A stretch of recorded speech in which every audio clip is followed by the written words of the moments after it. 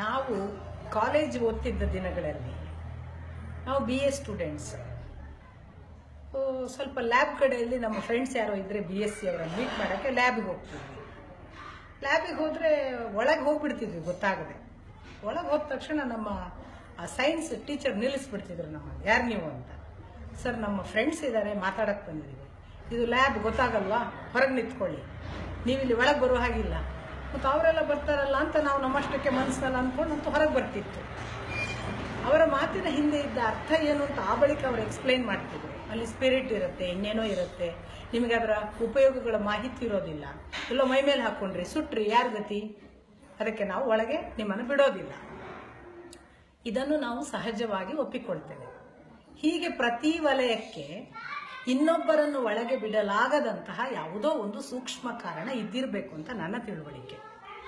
ನಾವು ದೇವಸ್ಥಾನಗಳನ್ನು ಪ್ರವೇಶ ಮಾಡುವಾಗ ದೇವಸ್ಥಾನದ ಕೆಲವು ವಲಯಕ್ಕೆ ಸ್ನಾನ ಮಾಡಿ ಬಟ್ಟೆ ಉಟ್ಟುಕೊಂಡವರು ಹೋಗುವುದು ಒಂದು ವಲಯವಾದರೆ, ಅದರ ಹೊರಗಿರಬೇಕಾದ ಇನ್ನೊಂದು ವಲಯ ಇರ್ತಿದೆ. ಆ ಬಟ್ಟೆ ಉಟ್ಕೊಂಡವರು ಬ್ರಾಹ್ಮಣರು, ಹಾಗಾಗಿ ಉಳಿದವರನ್ನು ಬಿಡಲಿಲ್ಲ ಅನ್ನೋ ಒಂದು ಮಾತುಗಳೆಲ್ಲ ಬರ್ತಿದೆಯಲ್ಲ, ಇಲ್ಲಿ ಕೂಡ ಒಂದು ತಪ್ಪು ಕಲ್ಪನೆ ಇದೆ. ಬ್ರಾಹ್ಮಣರು ಕೂಡ ಸ್ನಾನ ಮಾಡದೇ ಇದ್ರೆ ಅಲ್ಲಿ ಒಳಗೆ ಹೋಗ್ಲಿಕ್ಕೆ ಇಲ್ಲ, ಅಥವಾ ಬಟ್ಟೆ ಉಡದೇ ಇದ್ರೆ ಒಳಗೆ ಹೋಗ್ಲಿಕ್ಕಿಲ್ಲ. ಹೀಗೆ ಒಂದು ನಿಯಮವನ್ನು ಮಾಡ್ಕೋತಾ ಬಂದಿದ್ದಾರೆ. ಇದೆಲ್ಲ ನಾನು ಬಹಳ ಕಾಲ ಪ್ರಶ್ನಿಸ್ಕೋತಾ ಬರ್ತಿದ್ದೆ ಚಿಕ್ಕವಳಿದ್ದಾಗ, ಇದು ಯಾಕೆ ಹೀಗೆ ಅಂತ. ಒಂದು ಹಂತ ಬಂದಾಗ ಅಭಿನವ ಗುಪ್ತನನ್ನ ಓದ್ತಿದ್ದೆ. ತಂತ್ರಾಲೋಕದಲ್ಲಿ ಕುಲ ರಿಚುವಲ್ ಅನ್ನುವ ಒಂದು ಚಾಪ್ಟರ್ ಅನ್ನು ಬಹಳ ಸುದೀರ್ಘವಾಗಿ ಬರೀತಾನೆ. ಅವನು ಬರೆಯುವಾಗ ಪೂಜೆಗಳಿಗೆ ಕೆಲವು ನಿಯಮಗಳನ್ನು ಹೇಳ್ತಾನೆ. ತಂತ್ರದಲ್ಲಿ ಸರ್ವೇ ಸಾಮಾನ್ಯವಾಗಿ ಇರುವ ಮಂಡಲ ಪೂಜೆ, ಯೋನಿ ಪೂಜೆ, ಇವುಗಳ ಬಗ್ಗೆ ಎಲ್ಲ ವಿವರಿಸ್ತಾನೆ. ಒಂದು ಹಂತದಲ್ಲಿ ಅವನು ಮಂಡಲ ಪೂಜೆಯ ವಿವರಣೆ ಕೊಡುವಾಗ ಅದಕ್ಕೆ ಇರಬೇಕಾದ ಮಾನದಂಡಗಳು ಏನು, ಅರ್ಹತೆಗಳೇನು, ಮತ್ತು ಅದಕ್ಕೆ ಹಾಕಿಕೊಳ್ಳಬೇಕಾದ ವಿಧಿ ನಿಯಮಗಳೇನು ಅಂತ ಸ್ಪಷ್ಟವಾಗಿ ಕೆಲವು ಸಂಗತಿಗಳನ್ನು ಬರೀತಾನೆ. ಅಲ್ಲಿ ಬರೀತಿರುವ ಸಂಗತಿ ಏನು ಅಂತಂದ್ರೆ, ಒಂದು ವೇಳೆ ಮಂಡಲ ಪೂಜೆಯನ್ನು ಗುರು ಒಬ್ಬ ತನ್ನ ಶಿಷ್ಯನಿಗೆ ಮಾಡಬೇಕು ಅಂತ ತೀರ್ಮಾನಿಸಿದ್ರೆ ಅವನು ಮೊದಲನೇದಾಗಿ ಒಂದು ಏಕಾಂತದ ಗುಪ್ತ ಸ್ಥಳವನ್ನು ಆಯ್ಕೆ ಮಾಡ್ಕೋಬೇಕು. ಆ ಏಕಾಂತದ ಗುಪ್ತ ಸ್ಥಳದಲ್ಲಿ ಪೂಜೆ ನಡೀತಿದ್ದಾಗ ಅಚಾನಕ್ ಇನ್ನೊಬ್ಬ ಪ್ರವೇಶಿಸಿದನಂತಾದರೆ ಅವನು ಯಾವನು, ಇವನಿಗೂ ಗುರ್ತಿಲ್ಲ ಅವರಿಗೂ ಗುರ್ತಿಲ್ಲ, ಆದರೆ ಬಂದು ಬಿಟ್ಟ. ಹಾಗೊಮ್ಮೆ ಬಂದ ಅಂತಾದ್ರೆ ಅಭಿನವ ಗುಪ್ತ ಸ್ಪಷ್ಟವಾಗಿ ಹೇಳ್ತಾನೆ, ಗುರು ತಾನು ಎದ್ದು ಹೋಗಿ ಬಂದ ವ್ಯಕ್ತಿಯ ಆ ಮಾನಸಿಕ ವೇವ್ ಲೆಂತ್ ಅನ್ನು ಪರೀಕ್ಷಿಸಬೇಕು. ಒಂದೊಮ್ಮೆ ಅವನು ಆ ಪೂಜೆಯ ಮನಸ್ಥಿತಿಗೆ ಹೊಂದುವ ಮನಸ್ಥಿತಿ ಉಳ್ಳವನಾದರೆ ಅವನನ್ನು ಕುಳ್ಳಿರಿಸಿಕೊಂಡು ಪೂಜೆ ಮುಂದುವರಿಸಬಹುದು.